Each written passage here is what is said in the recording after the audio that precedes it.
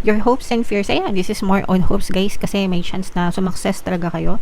Kapag ka naabot nyo na itong mga pangarap nyo guys, bubuhos na yung biyaya sa buhay nyo.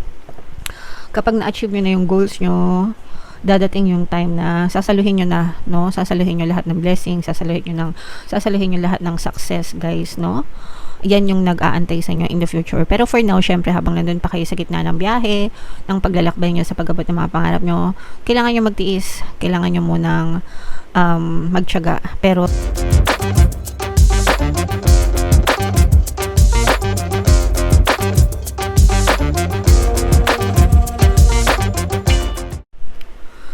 hello guys, hello mga kapiksi. Happy Chinese New Year sa inyong lahat guys. Ang pamagat ng ating episode for tonight is Story Mo Ba To? Ito ay isang timeless reading mga kapiksi para sa Capricorn, Sun, Moon, Rising, Sign, and Venus. Sa reading na to guys, titingnan natin where you are right now, mga potential and challenges nyo, what you need to focus on, past, present, and future energy guys, at saka yung mga suggested approach ng story nyo. So unahin natin tong deck na to. Ito yung inyong angel messages. Be mindful with your money, honey.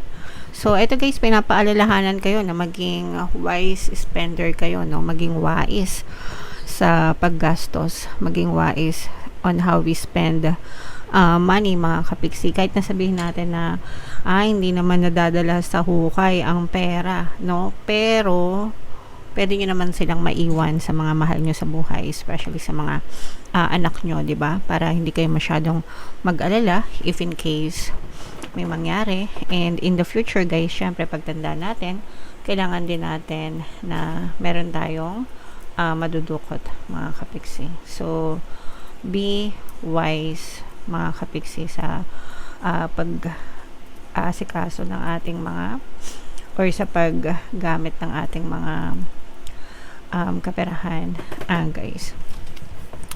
So, basahin ko lang. Are you spending above your means?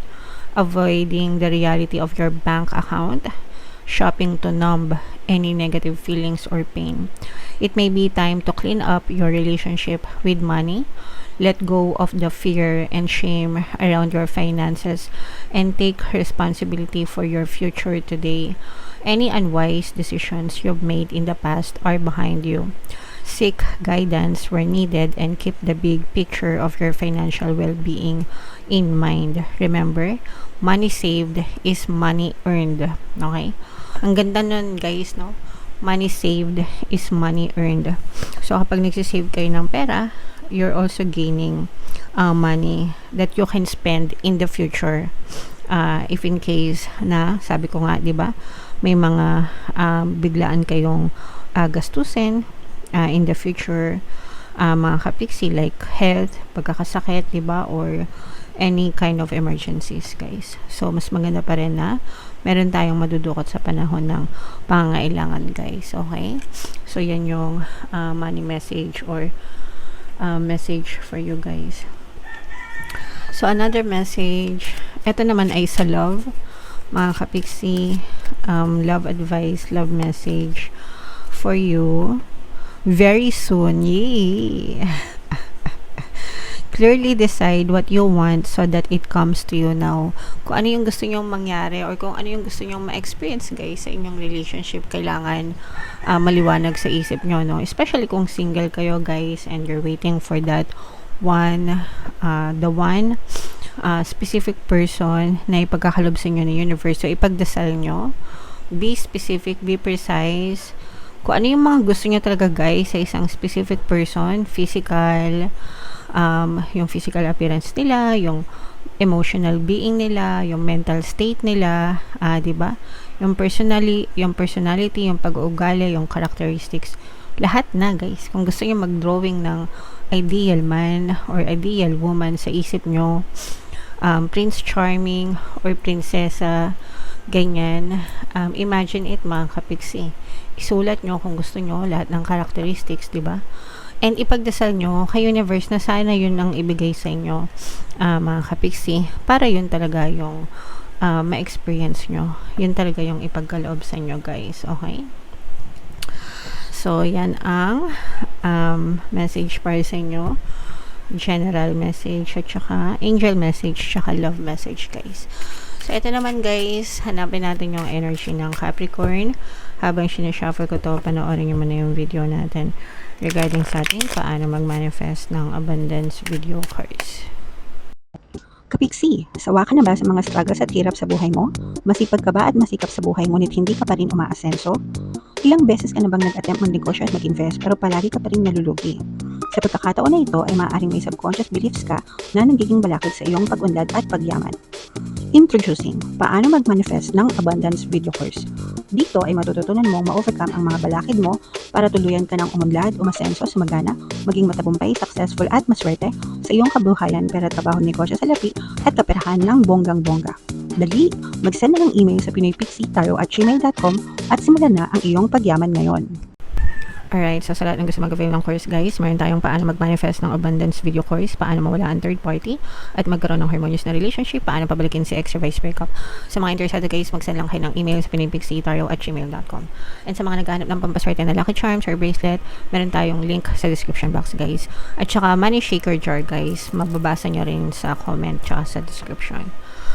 So, Capricorn, kaya in-represent ng King of Pents, yung unang card natin.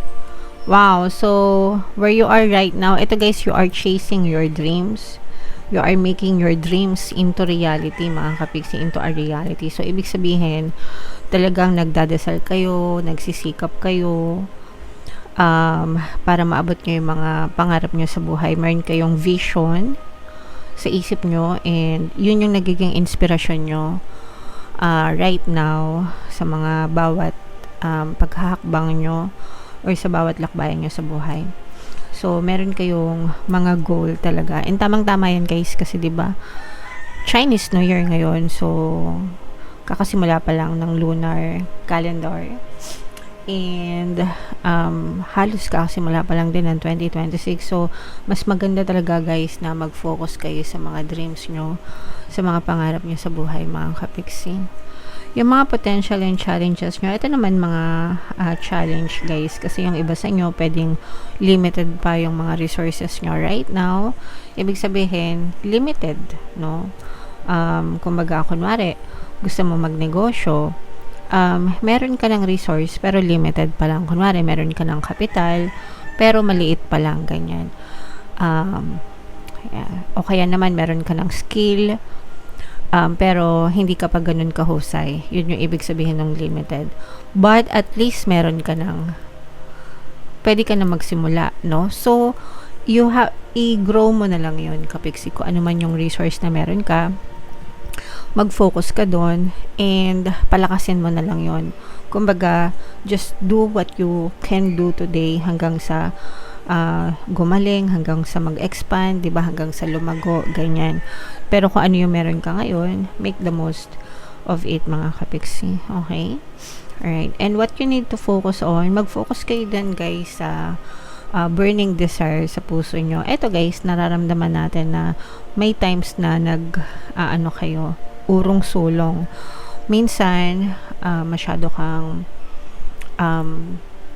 tawag dito, inspirado, masyado kayong motivated, tapos kinabukasan nawawalan kayo ng motivation, nawawalan kayo ng gana. Pero syempre, guys, palaging mag-focus kayo din sa positive, no? Normal lang naman na maka-experience tayo or maramdaman natin na parang tinatamad tayo, wala naman nangyayari, pero ang importante is you just keep on going. Sabi ko nga sa inyo, guys, every time na kumikilos kayo, you are getting one step closer and one step closer to your goals, guys. So, importante na kumilos kayo, mga kapiksi. Okay? Alright. And in your recent past, guys, eto merong air sign energy dito, Aquarius, Gemini, Libra. Pero, in your recent past, talagang meron na kayong mga plano, no? Yung iba sa inyo talagang pinagplanuhan na ng mabuti sa isip kung ano yung mga gagawin nyo para matupad yung mga dreams nyo.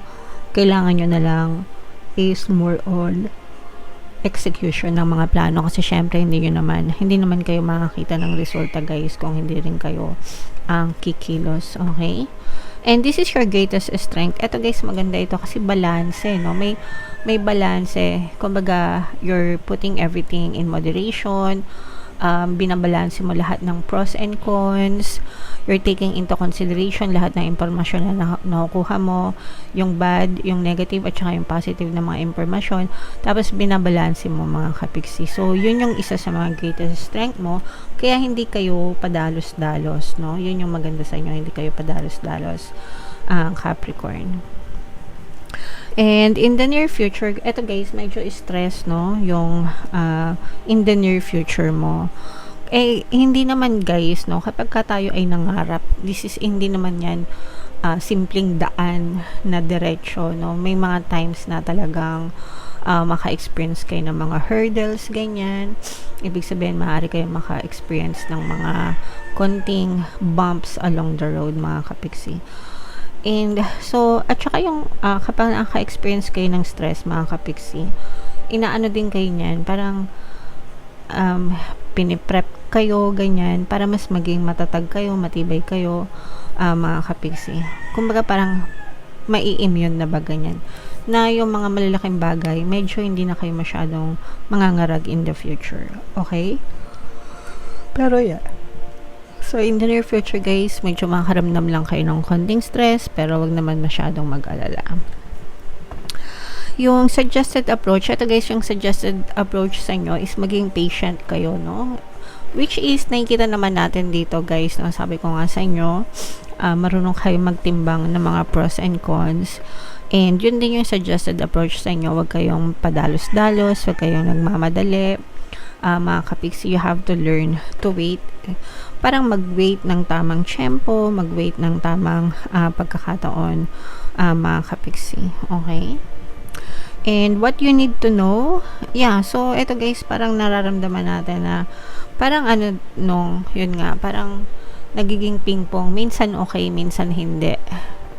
And that's part of life. Okay lang yan, mga kapiksi. So, matuto na lang talaga kayong magbalanse and maghanap ng kumbaga habaan yung inyong pasensya guys. Okay? Your hopes and fears, this is more on hopes guys, kasi may chance na sumakses talaga kayo. Kapag naabot nyo na itong mga pangarap nyo guys, bubuhos na yung biyaya sa buhay nyo. Kapag na-achieve nyo na yung goals nyo, dadating yung time na sasaluhin nyo na, no? Sasaluhin nyo lahat ng blessings, sasaluhin nyo lahat ng success, guys, no? Yan yung nag-aantay sa inyo in the future. Pero for now, syempre, habang nandun pa kayo sa gitna ng biyahe, ng paglalakbay nyo sa pag-abot ng mga pangarap nyo, kailangan nyo magtiis, kailangan nyo munang magtiyaga, pero dadating yung time na sasaluhin nyo din lahat ng biyaya, tagumpay, mga blessings from the universe. Okay? Kapag naabot nyo na yung mga dreams nyo. So, just keep on moving forward, guys. And yung potential future, ito yung mga brand new beginning pagdating sa kaperahan. Ibig sabihin nito, guys, once you reach your goals and nag-success na kayo, yung pera, kasunod na yan, no? Kasunod na yan na tuloy-tuloy na magiging maganda yung daloy sa inyo, mga kapiksi. So, you don't need to worry anymore about money. And saktong-sakto din yung message sa inyo kanina, diba, guys? Be mindful with your money, no? So, kapag dumating yung time na puro pera na lang yung dumadating sa inyo, wag nyo rin namang i-take for granted. Make sure na every money you spend is well spent, no? Sa maayos na bagay nyo pinapupunta. Okay? Alright, so comment down below, Capricorn, if feeling nyo naka-resonate kayo dyan, guys. And i-mind nyo na itong mga pag-abot ng pangarap na to, itong mga success, itong mga pag-ulan ng blessings, guys. Yan yung magandang energy for yung Capricorn. So, comment down below, guys, if naka-resonate kayo. Ito yung ating 2026 kapalaran. Ito naman yung ating success stories ng paano mag-manifest ng abundance with yung curse. Click here to subscribe, guys. Thank you for liking, sharing, and subscribing. See you next time. I love you all. Have a nice day. Bye-bye.